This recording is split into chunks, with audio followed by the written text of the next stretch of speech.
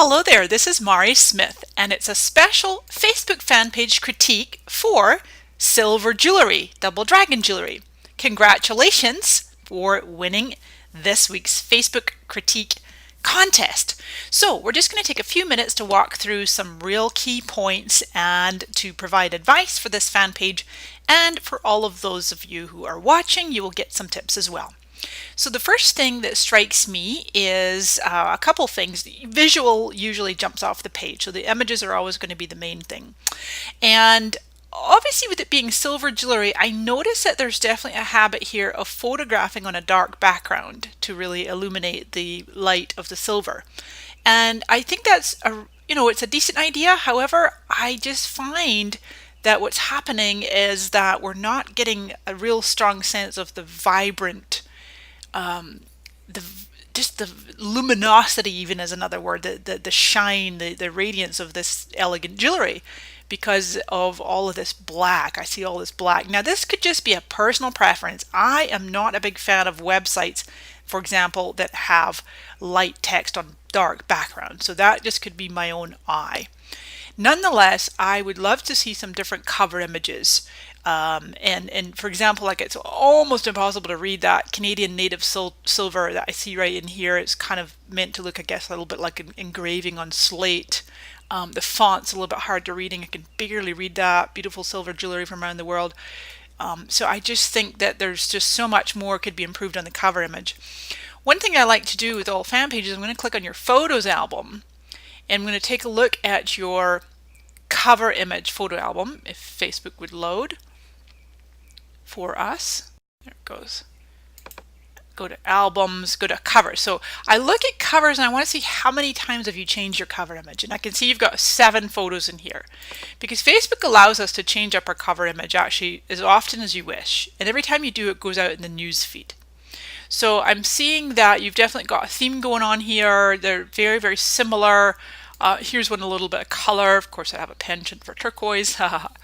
And so that's good. That's not too bad. But again, like I say, I just would like to see a little bit of a change up and try a different approach as opposed to using the dark background.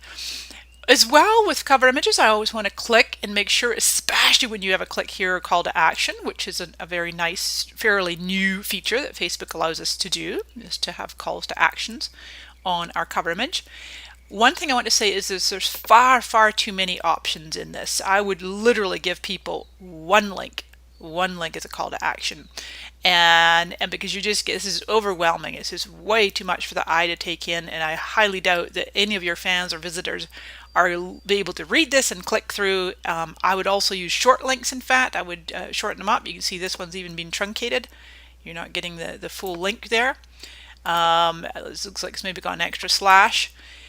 So you might want to consider using Bitly, so you can track how many click-throughs you've got on those links. But I literally would just do one call to action and one link. So, and you can go in and edit this. That's the beautiful thing. For those of you not sure what I'm talking about, if I just hop over to my own fan page, click the image, and you hit edit. Okay, so that opens this up. That's the beautiful thing with images. You can come in and edit images on your fan page wall, your profile wall, and your cover image. You can get in there and edit that description that goes with it. For your avatar, I tend to look at, here's fine, but I'm going to look down here and see how it stands out for me. Because bearing in mind that some 90% of Facebook fans never come back to your page once they've liked it. They only see and interact with your content in their newsfeed. And about 3/4 of them are accessing via mobile. So it's often even smaller. And all they're seeing is your name of your page and this tiny little logo, this tiny little avatar. So your writing is absolutely lost. I would forget trying to put any kind of writing onto a profile avatar unless it's really big and bold. But you can see in this size, it's impossible to read what that says in there. So you're losing valuable real estate. I like the heart pendant, but again, I come back to that black background when it's squished up this small. I can barely even make out what that is, and unless I saw, silver, I would read silver jewelry next to it, then I can obviously see, okay, obviously it's a piece of jewelry. But I think there's some room for improvement on your profile image that will really pop off the page and be so much more dazzling and grab people's attention. Let's come back up here. So that's cover image and profile image. The name of your page. Now I got confused. I clicked through to your website and I'm not sure whether the name is, this is the full-on name of your company, Silver Jewelry Double Dragon Jewelry Limited. If I click here, I'm seeing doubledragonjewelry.com, so presumably that's the name of the company. And I also get, oh, see, there was me just saying earlier, I don't like white text on black background. Well, I don't. You might consider having that changed up. I just think that it's just so much more appealing to the eye to have white space and dark text on white. It's just much easier to read. And so yeah, so Double Dragon Jewelry Limited, I guess that's the name of the company, and I don't know, with the number of fans you have, you may or may not be able to change the name of your page. It's okay. I mean, obviously with having silver jewelry first, that's what you specialize in, and then maybe that's the name of the company. So it wouldn't be my first choice for the name of a page, but I think you've had it long enough now that you can run with that. Coming on down here, the apps, for most people, you realize that these top three, well, the fourth one here, the photos cannot be moved or rearranged at all. So, but you can play with these top three. If I open this up and I see what else you've got in here, and again, Facebook is acting up. So whenever it acts up, we just hit refresh. There it goes. So just about to pause the recording. Come on, Facebook or internet, whichever one is being sluggish today. All right, open that up. Now then, what I also see in here is that she has a lot of apps, and some of them are redundant, some of them are not used, like this new tab one here, nothing going on there. Any tabs is for everybody. Go and do some homework and look at your Facebook page, and if you have any tabs that are redundant, that you kind of thought you might do something with and you never got around to it, or that you've just never used in eons, you may as well hide it. And how you do that is you just hover, actually I just did this myself recently, but you just hover over the little pencil. You expand it out. Only use an admin can do this. Expand it out. Well, anybody can expand it out, but use an admin, you see the little pencil. Hover over it. Remove from favorites. See that? Vanished. Remove from favorites. You want to add it back in. Hit the little plus sign. And now I just forgot what one that was. I think it was... I forgot. Was it that? Yeah. I had to think of the name of it. I didn't have big list of apps in as the name of it. Anyway, so that's it back in. You just add it to the favorites. Okay. So for you, my friend here in Canada, I think Claire, right? No, Cindy. My apologies. This is Cindy. Cindy Braid. Shout out to Cindy in Canada. And we'll come back to what I just did there in a second. So I would get rid of anything you're not really using here, and I would absolutely only display in these top three apps that are current and relevant. So perhaps Pinterest. I notice you're doing really well on your Pinterest. You've got some great boards going on there, and I would move that to one of these top places. Possibly your Twitter too, if you're doing a lot there. And maybe one other. Actually, the one other is your email list. I notice that you are collecting emails, which is fantastic. But I would move likes off. I always think that likes is a waste of valuable real estate here. Basically, at 25% of your real estate up here, and you don't need it there because you already have the like count here. So I'd like to see your opt-in box, or sign up for your newsletter here, and that goes for everybody. You should absolutely have some kind of call to action to gather email addresses in one of these three. Okay. Now the other thing I look at is how well this about section is, and it's the right category. Feast your eyes on beautiful silver jewelry from around the world. She has a link in here. We ship worldwide, based in Canada. That's wonderful. I couldn't really improve on that. That's really nice.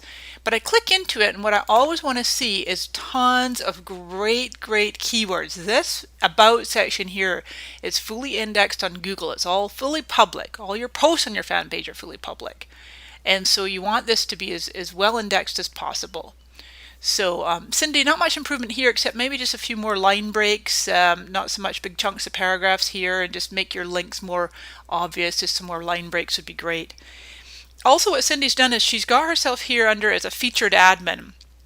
Okay, you do that in under, I don't think I can show it to you because I actually have some information I don't want to show on my admin panel.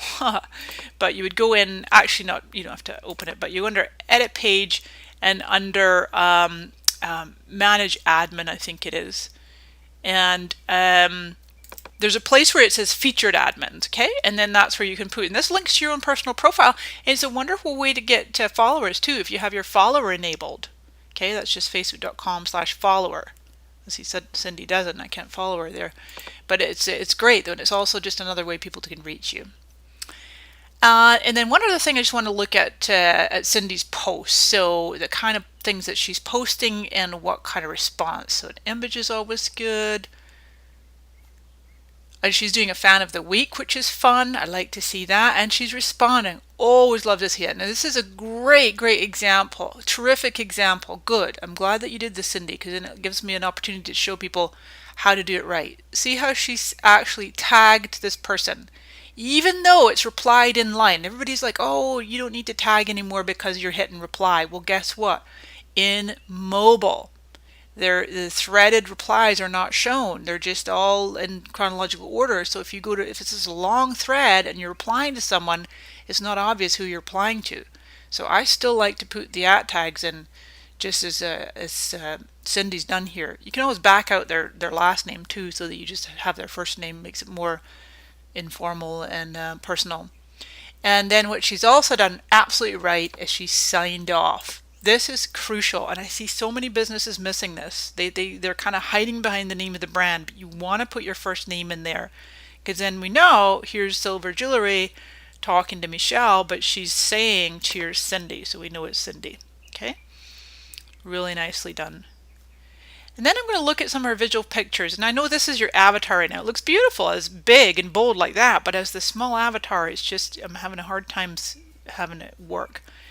There was a couple other pictures I saw. I thought you'd done a really nice job. This is some great examples here of photos on a lighter background, and then there was one that you had with, I think, some toe jewelry, and it was a picture, yeah, this. So this is pretty too. Now she's still a little bit of a dark background, but I think that I'd like to see more of your jewelry with, like, you know, a woman's ear, or like a necklace around somebody's neck, or a bracelet or a ring. And you don't have to be showing the person's, you know, the model. It doesn't have to be a perfect model either, just somebody modeling the jewelry, or at least on a body part, so that we can see a little bit more of the jewelry in context. And you know, I mean, it's good stuff here. I think that probably you're doing okay with the content. Not a whole lot that I could suggest to really improve. And then with the numbers of fans, I know, like I say, with you've been active on Pinterest and on Twitter, then you can be driving those people back to Facebook. That's what I always say. With Facebook, it's not obvious that people necessarily, or businesses, have a presence on there. But with 1.1 billion active users, your fans and prospects are bound to already be on Facebook, and your job is to let them know that you are here. And sometimes you have to let them know that via other channels. I know I said one other thing, and then I just reminded myself there was something that I wanted to show with, I think it was your newsletter. Yeah, and I think this was in your cover image too. If you would like to subscribe to our monthly newsletter regarding our sales of the month, etc., birthstones, go to this link. Now I click on that link, and there's a complete disconnect for me, because you've just said you want to subscribe to our newsletter, but now I'm on your site, and the first thing I see is a field, is a search box, and then I see monthly newsletter, I see all kinds of things, and your email sign-up box is so small, it's completely lost here. So I would do a whole separate page on your site just dedicated to the opt-in box, and make it nice and big and right in the middle here, and because that would be really important. I'd also encourage you to send out more often than once a month if possible. Anyway, I am getting carried away. I always find so much content that I could deliver when doing these critiques. This went a little bit longer than I anticipated, but hopefully you picked up some great ideas here, Miss Cindy, and for others watching as well. I will see you on the next critique, and we'll be keeping an eye out for you. 2 thumbs up, and of course, I'm liking your page. Bye for now.